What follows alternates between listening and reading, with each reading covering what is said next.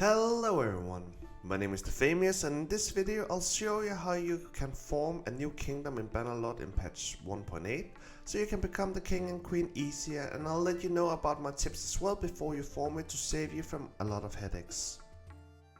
But before we begin, I'm trying to reach 1000 subs on YouTube and I need your help to reach that, so make sure you smash the like and subscribe button already so we'll get one step closer to that. Anyway, let's get going.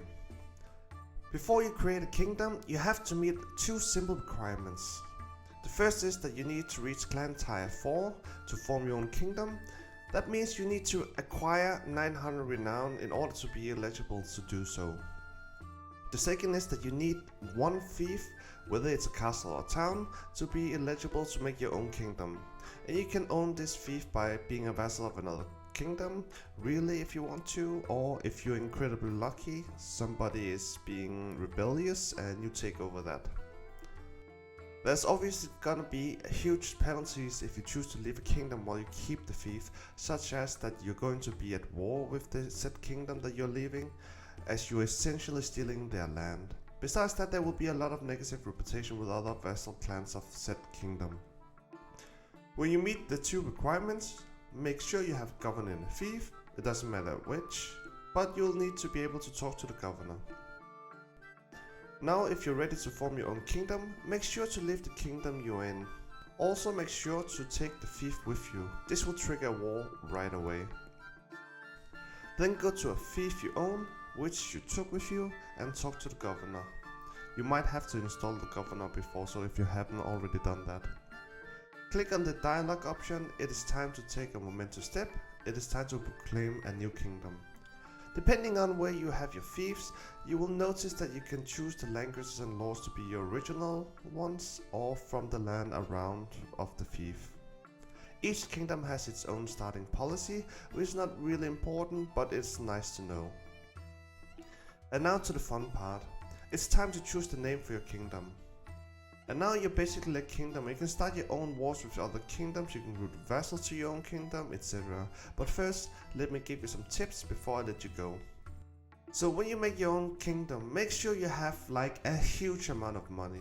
Normally I would say at least 1 million at the bare minimum, but this would still include some hard struggles. Last to form a kingdom myself, I had 2.7 million dinars, and that was a huge difference from only starting with 1, and I still got down to 300k at some point. You need that big amount of money because neighboring kingdoms will declare war with you, and it's not always that you're interested in fighting 4 different kingdoms at the same time, so basically a big chunk goes to piecing up by paying tribute to the enemies. You'll also need a good chunk of money to recruit vassals, which I will talk about next here. If you want to succeed and keep your kingdom, you need to have vassal clans. This is because that you need to have clans to be able to assemble and fight as one unit, aka clans called to armies. Vassal clans contribute to strength, and the more rich and high level they are, the more men they can go around with fortifying their own fief and so on. There are two ways to get vassals. The easiest way is to recruit your own companions. This is because it just requires the following requirements: 20,000 dinars, 500 influence, and a fief that you own which you can give to them. The harder way is to recruit other vassal clans from other kingdoms. From experience, it requires certain criteria to be fulfilled. First, they need to be fiefless. I've yet to see a vassal clan wanting to leave if they just have one castle, even if it's a shitty one. Second is that you need to be able to succeed in a dialogue, which is based on criteria such as traits. Luckily, the dialogue option displays which one has the highest percentage of success. Last, you will most likely have to give up something to give the final push. The more rich and powerful a clan is, the higher amount of dinars you have to pay. For non-rich, weak to average in power, I found myself giving on average 300k. If you're lucky, they'll come for free, but it depends on their status. The most expensive so far have been 900k for me, and their clan was also really huge with a lot of wealth and lords with armies.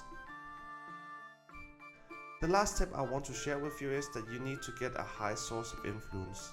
There's nothing worse than forming a kingdom but you're influence starving.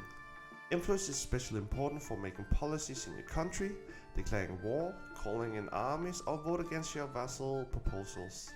I've made another video about influence which you can see right here, and I'll also leave the link in the description below. And that's basically it for this video. Let me know about your kingdom in the comments below, and if you have any questions or ideas for what I should cover next, let me know there too. Else, as I said in the start of the video, I'm trying to reach 1000 subs on YouTube, so it would mean a ton for me if you would smash the like and subscribe button, as it would be such a cool goal to reach. Anyway, my name is DaPhamius, and I will see you in the next video. See ya!